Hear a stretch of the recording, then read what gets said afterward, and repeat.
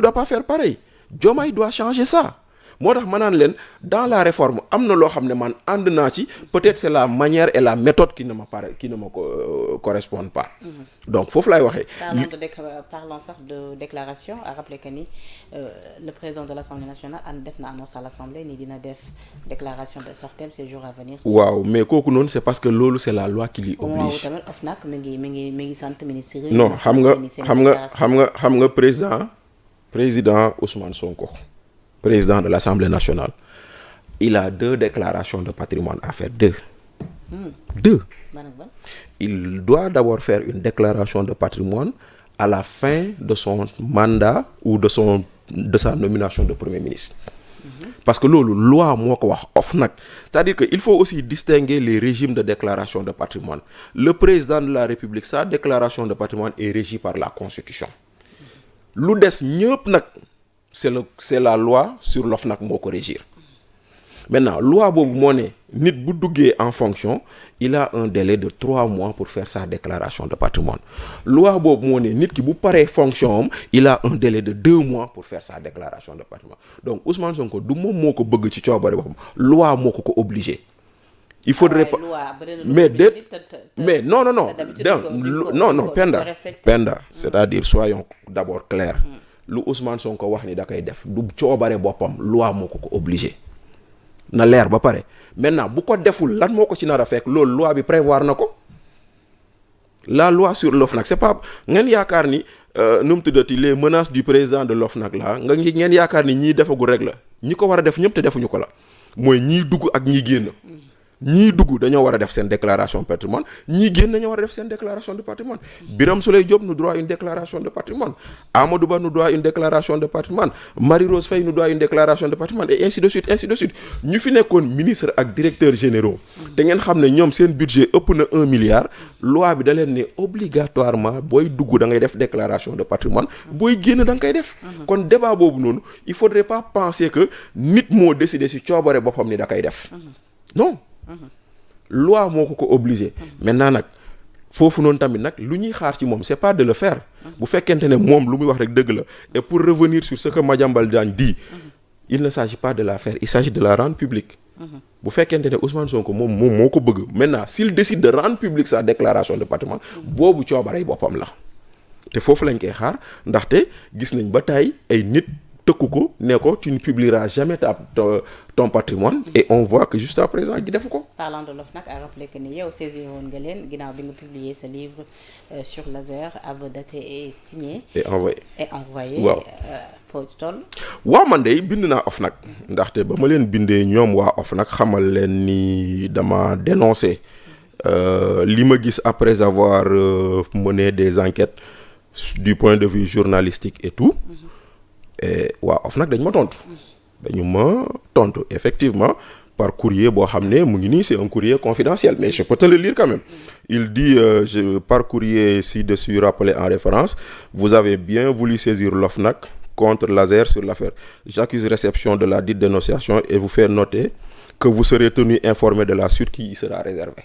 Donc lii OFNAC moo ma bind lettre bi c'était le 22 juin. yaa ngi toog di xaar. waaw mais bon comme xam nga doo dugal tey plainte tey ñu woo la tey. voilà ñoom dinañ am temps lire livre bi xool loo ci bind.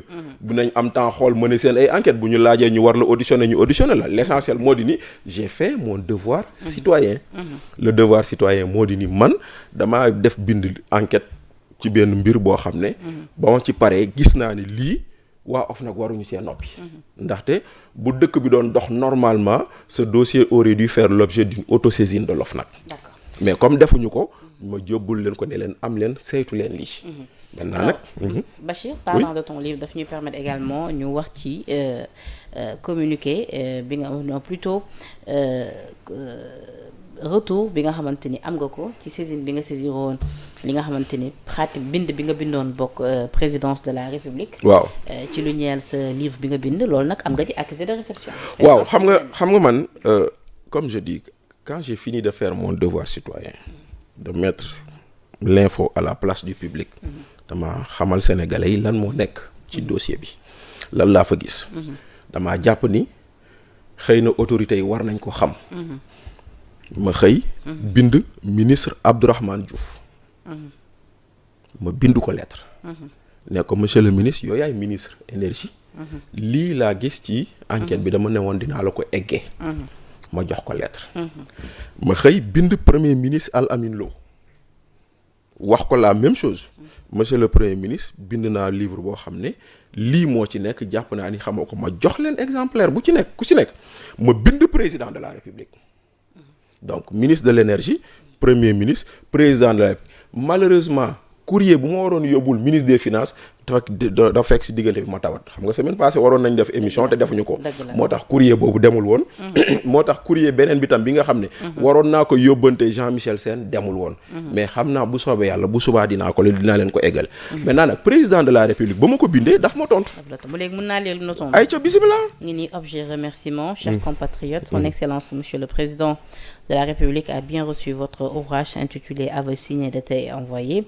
Le chef de l'État m'a demandé de vous transmettre ses vifs remerciements ainsi que ses félicitations pour cet ouvrage qui témoigne de votre engagement républicain à la transparence et à la bonne gouvernance. Au demeurant, je voudrais vous assurer que cet ouvrage fera l'objet d'une exploitation judicieuse par nos services compétents. Veuillez croire, chers compatriotes, à l'assurance de ma considération distinguée, signé Mary Teuw Niane, le ministre directeur de cabinet du président de la République. kon nag lii maanaam daal cib tënk yéen ñi seetaan président jot na li nga xamante ni moo di livre Bachir Fofana te it nee na service yi dinañ ci am càmbar ba ca war. loolu lañ doon xaar lii rek la ñu bëggoon parce que dañoo jàpp ni ñun càmbar bu ci war am na foo xam ne suñu xam-xam egg na fa suñu mën-mën egg na fa mais moom président de la république jàpp nañ ni moo ñu si gën a yeyoo moo ñu gën a mun a wax fan la suñu 37 milliards dugg ndaxte moo ñu ma gën a mën a wax nan la suñu 37 milliards mën a demee dugg ci ay compte ba pare gisuñu ay villages yu ñu électrifié et qu'on continue de nous dire que tout va bien te na nga fàttaliku ni Penda ñaari at ci ren ji ba ñu décaissé 37 milliards yi te li ñu toll ci alal gisuñu ko xaw ma ci village électrifié gisuñu ko alors que xaalis bi génn na kon nag président bu yëgul woon kenn dootul wax ni yëgul ndaxte loolu mooy lu leer mooy am ku ma tontu mooy le directeur de cabinet du président de la république donc président yëg na ndaxte directeur de cabinet mooy yëgal président waaw man dama xëy dem bind ko ma courrier yóbbu ko bureau courrier présidence tegal leen ko foofu tëdd sama kër ñu woo ma ñu ne ma am nga courrier réponse yow yaa am exclusivité dama jëlee courrier bi egsi si yow voilà kon tey jii nii yow yaa am exclusivité boobu noonu kon nag mu ngi nii président